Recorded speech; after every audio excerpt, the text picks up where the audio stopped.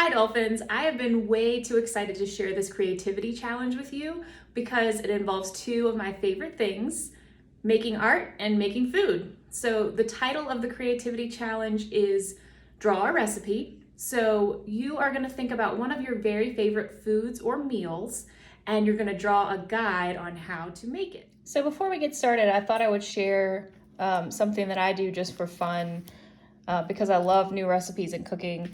A lot of times if I try a new favorite recipe, I'll illustrate it a little bit and write it into my book. So not all of my recipes are like this, but some of them are. There's a lot of desserts.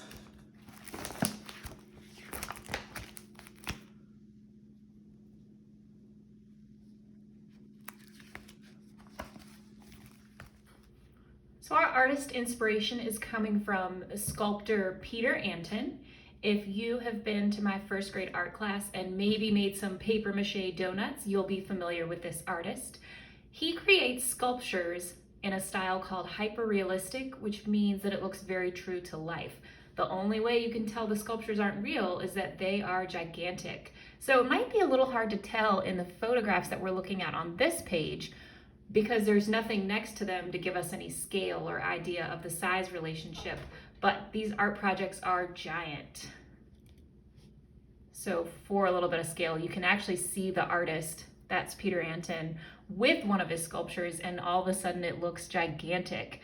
So let's think about this. If you could make any food or snack into a sculpture that big, what would you pick and how would you make it? What kind of art supplies do you think Peter Anton uses to create these pieces? How does he add the color? There's a really neat video that you can check out under the Hanover County Art Resources if you have the time. So if you have time, go ahead and look at that. You can see a little bit more about Peter Anton and his art. You can use anything to draw your recipe that you want to. I'm going to show you mine in a Sharpie just so that it's easier to see. And if you use either a pencil or a Sharpie or something else permanent, I'm going to show you a little trick you can try with markers at the end. So I'm going to draw what I had for breakfast today, which was an avocado toast. So the first thing I needed to do was get my ingredients. So I'm going to go ahead and write up here. Well, I'll start with the recipe title. And then I'm going to write it sort of like I would a recipe. So ingredients, I'm going to need 1 egg. I like to have a fried egg on my toast. A slice of bread. It might be helpful as you do this or before you do this. You can either make your recipe, that'll remind you what everything looks like, or you can watch someone else make it if you are not the chef in your family.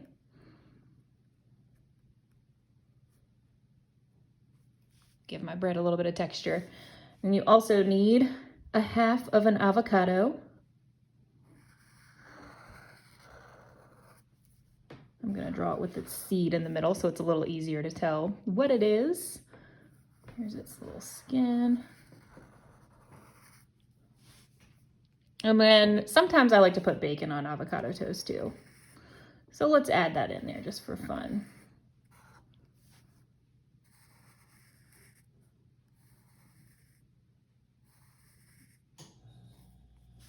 There's some bacon.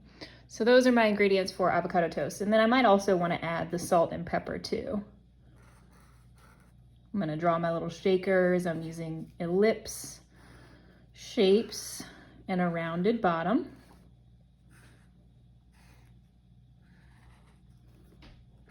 Salt and pepper. And I'm ready to go. So then for the directions,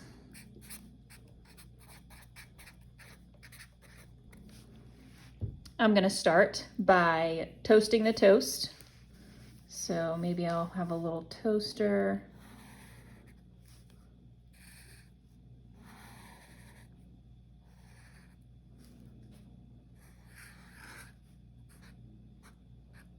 Ideally that would be plugged in, but you know.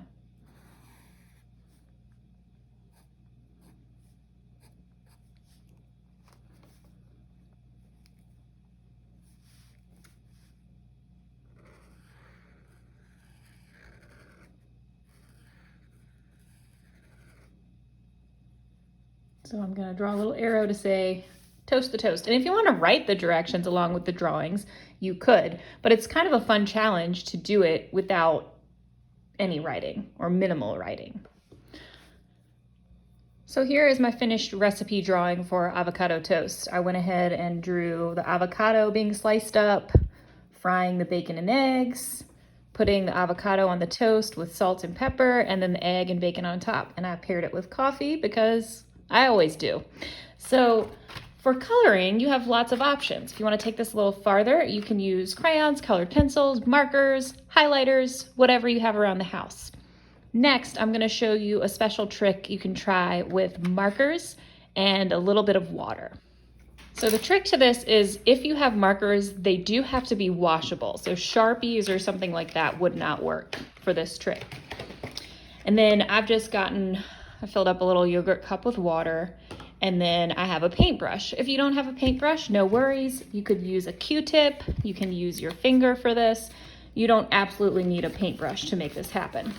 So what I'm gonna do is take one of my markers, and I'm just gonna outline the edge of this avocado. And this is a pretty small space, so that's about all I'm gonna need. And then I will dip my paintbrush into the water, just a little bit, and I'm gonna make sure that my paintbrush touches the marker.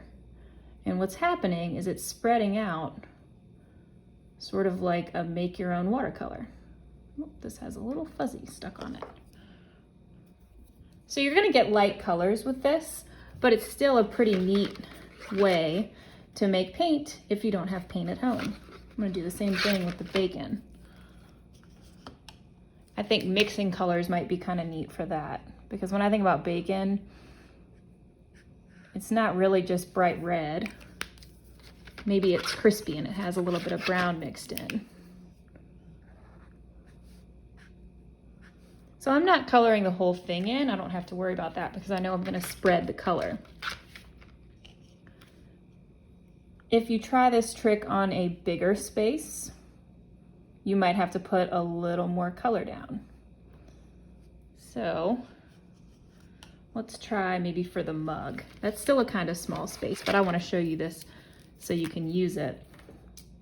Outlining the cup might not give me as dark of a color as I want, because when you do this, you're only spreading out the color that you've put down.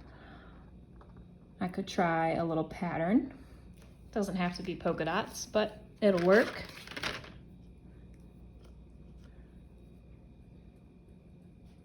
And then I can spread all of the color that I put down on the mug. And it gives me a nice lavender. So if you finish illustrating your recipe, you can extend this by making an entire menu. You can make a recipe book with your favorite foods. You can experiment and create a new recipe that you've never seen before. There are so many directions you could take this. So I would love to see what you do. As always, I would love to see what you create with this art challenge. So go ahead and send it to my email or to the Cool Spring Art Instagram, and I will share it next week. Have a great weekend.